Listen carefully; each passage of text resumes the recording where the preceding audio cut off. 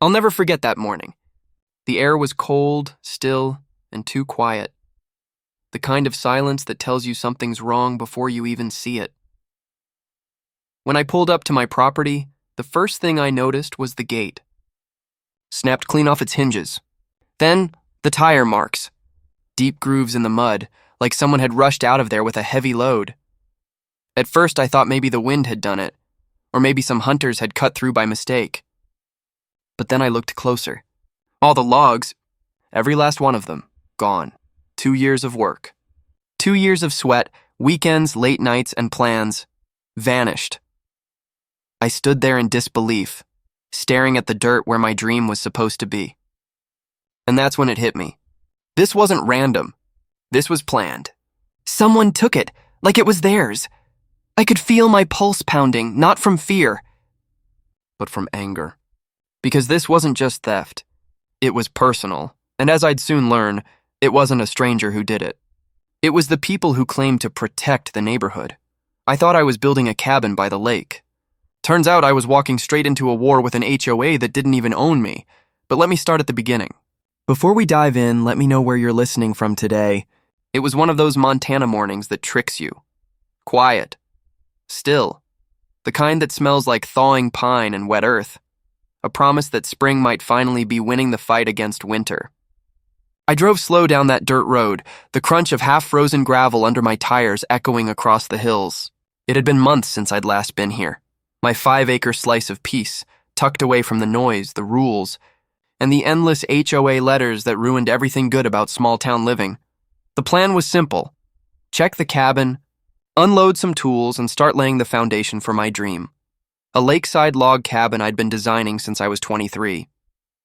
Not big, not flashy, just something that made sense. Something mine. As the tree line thinned, my heart lifted. There it was in my cabin, my shed, the generator still tucked under its tarp. Everything looked exactly as I'd left it, from a distance at least. Then I reached the gate.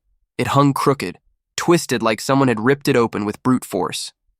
The hinges I'd welded myself were bent back at a sharp angle, the chain cut clean through. Not weather damage. Not an accident. Someone had broken in, my stomach sank. I killed the engine, stepped out, and just stood there. The air felt heavier.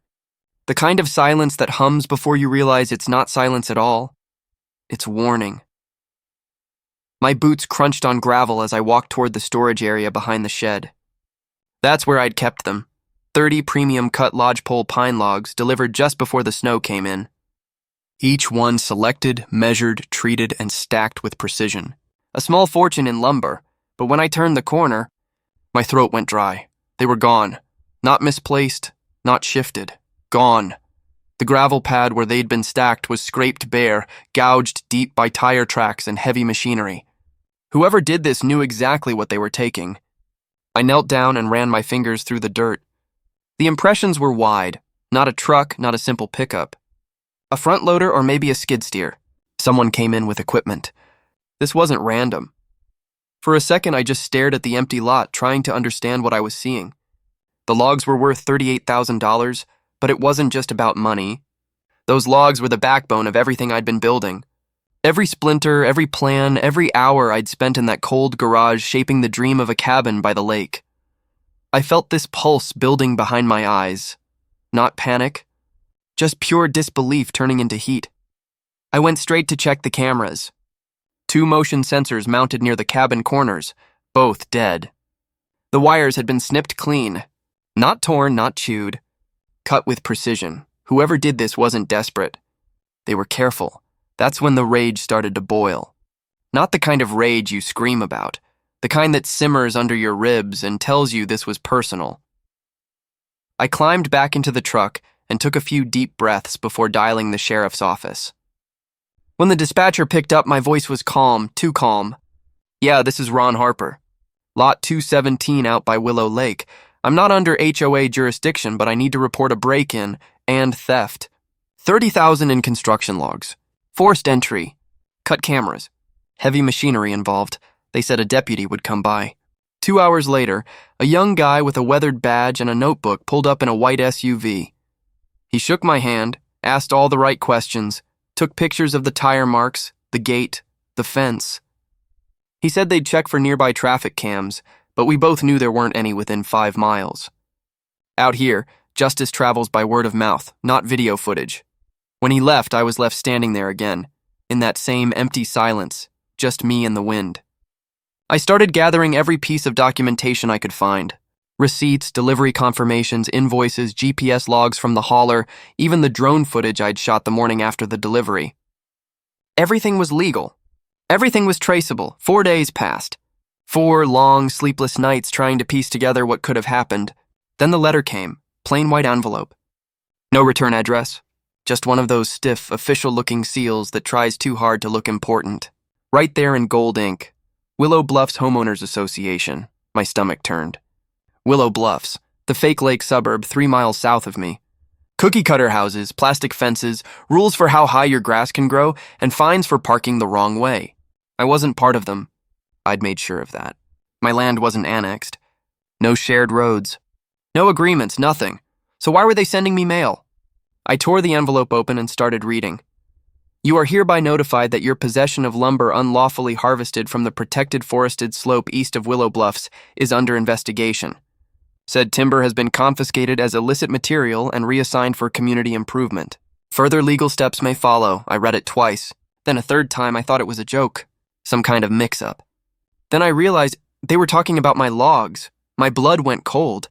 They weren't just accusing me of theft. They were claiming they'd confiscated my legally purchased materials and reassigned them for their community improvement. My first reaction wasn't even anger. It was disbelief so sharp it almost felt funny. Like watching someone steal your car and then tell you they're keeping it for charity. Then the humor faded. And I felt that heat again, the kind that crawls up from your gut and makes your hands tremble. I punched the hood of my truck. Hard. The metal dented, my knuckles split. I didn't care. Because this wasn't a mistake anymore. This was a setup. They hadn't just stolen my logs. They'd crafted a story to justify it. They'd broken in, disabled my cameras, taken my property, and then wrote a letter claiming I'd stolen their trees. It was so insane, so arrogant, that for a moment I just stood there laughing, that bitter kind of laugh that sits halfway between fury and disbelief. I walked back to the pad where the logs had been and looked out at the lake. The sky was overcast, clouds rolling low and heavy over the water. And I thought about all the nights I'd spent in that garage, sanding boards, sketching blueprints, dreaming of how this cabin would look under the morning. Sun.gone because some self-important HOA decided they could take whatever they wanted and hide behind bureaucracy and fake authority. That's when something changed in me. See, up until that day, I was just a guy who wanted peace and quiet. But standing there in the cold wind, staring at the empty ground where my dreams should have been, I realized something bigger. This wasn't just about me. It was about how easy it is for people with power, even fake, self-appointed power, to take from those who mind their own business. They thought they could bury me in paperwork, call it community improvement and move on, but they didn't know me. I'm not the kind of man who folds. That night I sat at my kitchen table, knuckles bandaged, paperwork spread out, laptop glowing under the dim light. I wrote down every detail I could remember, every tire mark, every date, every receipt. Then I took a deep breath and said it out loud just to hear it. They didn't just take my lumber. I looked at the old photo of my dad on the wall, the one where he's standing in front of the first cabin he built by hand. They took 2 years of my life, and as the words left my mouth, I could feel that old pulse again, steady now, focused. They think I'll let it slide. I smiled, slow and sharp. They're wrong. When I walked into that HOA meeting, I wasn't looking for a fight. I just wanted my lumber back, but if there's one thing I've learned, it's this. People who crave control don't respond to reason. They respond to power. The room smelled like air freshener and smugness, that artificial clean linen scent masking the rot of entitlement. About 20 people sat in neat rows under buzzing fluorescent lights, sipping coffee from HOA-branded mugs. At the head table sat the queen herself, Karen Stonewell, president of the Willow Bluffs Homeowners Association, self-declared guardian of community standards. Her smile didn't reach her eyes when she saw me walk in. "Well, Mr. Harper," she said, voice dripping with fake civility. I hope you're here to settle this little misunderstanding. Misunderstanding? I asked, calm as I could. You broke into my land, cut my cameras, and stole $38,000 worth of lumber. Her smile tightened. That lumber was harvested from protected terrain. You're in violation of Section 4A of our environmental compliance. I cut her off. I'm not part of Willow Bluffs. You know that. My property's outside your jurisdiction. Karen leaned back, folding her manicured hands. Oh, that's debatable. The boundaries of the subdivision were updated in the 2019 charter expansion. I stared at her, disbelief mixing with slow, cold anger. You can't just redraw a map and call it yours. She tilted her head, that fake sympathy creeping in. The community acts in the best interest of all local residents. Your rustic development wasn't in alignment with our neighborhood image. So yes, the logs were repurposed for beautification. You'll thank us later. The room chuckled softly, that uncomfortable laughter people make when they're afraid to side against power. That's when I realized what this was. It wasn't incompetence. It was arrogance, pure and polished.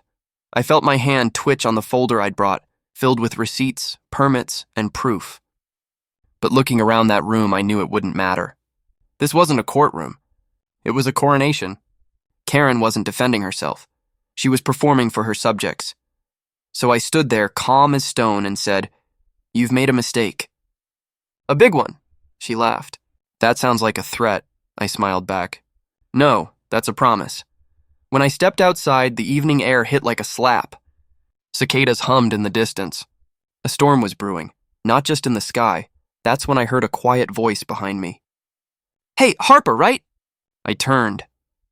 A man in his late 30s stood by the sidewalk, hands shoved deep in his jacket. He glanced around before stepping closer. "I'm Jeremy. Used to be on the HOA board before Karen decided democracy was optional." He handed me a folded envelope. Inside, photos, a truck, a forklift, a pile of logs behind the community rec center. "My logs, I took these 2 nights ago," he whispered. "She's using your lumber for that community gazebo project. Half the board doesn't even know it's stolen." I stared at the pictures, heart pounding. "Why tell me?" He looked down at his shoes. "Because she's done this before. Small stuff, fences, landscaping, furniture. People stay quiet because they're scared. But this time she went too far. Before I could thank him, he walked off, blending into the dark. That night I couldn't sleep. Not out of fear, out of purpose. The moment I saw those pictures, something shifted. I stopped being the guy who lost something and became the guy who was about to take it back. The next morning, I called 2 people. First was Sheriff Danner, old school lawman, slow talker, fair mind. I told him everything, sent him the photos, the letter, and the footage of the broken gate. He didn't promise miracles, but his tone changed halfway through the call. "She actually wrote that it was confiscated for community use?" "Word for word," he exhaled. "All right. That's not a civil matter anymore. That's conversion of property. Give me a day." The second call was to Megan Shaw, a friend from college turned property attorney. She listened quietly, then said something I'll never forget. "Ron, you don't need to shout. Just show them what they did." The truth is louder than any HOA president on a power trip. So I started gathering the hammer I'd build myself, not out of steel, but out of evidence. I revisited every document, pulled the drone footage I'd backed up on an external drive, cross-referenced the serial numbers on the lumber invoice with the photos Jeremy gave me. And there it was, a perfect match. The same brand stamp, the same lot number. I had them, but instead of going straight to court, I did something else. I told the story. It started small, a post on a local Facebook group. Just the facts. My land, my lumber, the letter, the proof. Within 2 hours, it had 100 comments.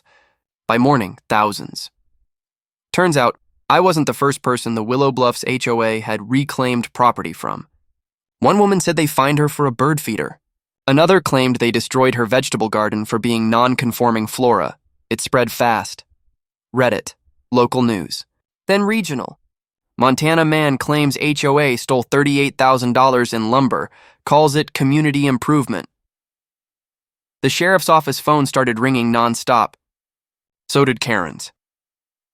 By the time I drove past Willow Bluffs that Friday, people were standing outside their houses filming on their phones. The community gazebo project was suddenly under police tape. That night, Jeremy texted me. They're panicking. You lit a fire. A week later, Sheriff Danner called me in. His tone was different now, measured, almost impressed. Ron, you were right. We confirmed your property line. HOA jurisdiction stops a quarter-mile short. We also found your lumber and... He paused, almost laughing. We found Karen's signature on the work order authorizing its relocation. I let out a long breath. 2 weeks of hell vindicated in one sentence. Danner continued. We'll be filing charges, trespassing, theft, tampering with surveillance equipment, and falsifying a property claim. You'll get your materials back once the investigation clears. I thanked him and hung up.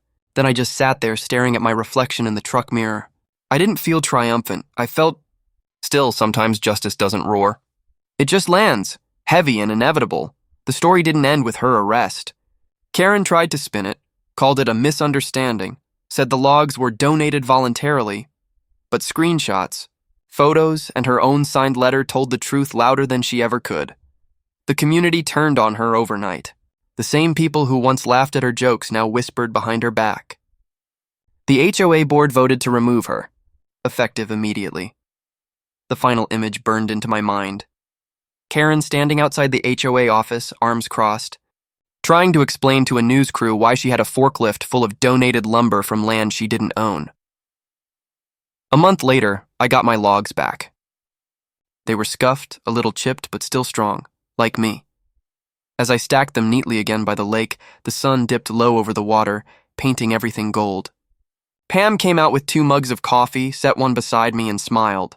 So, she said, you gonna build that cabin? I nodded. Yeah, with my own hands, she smirked.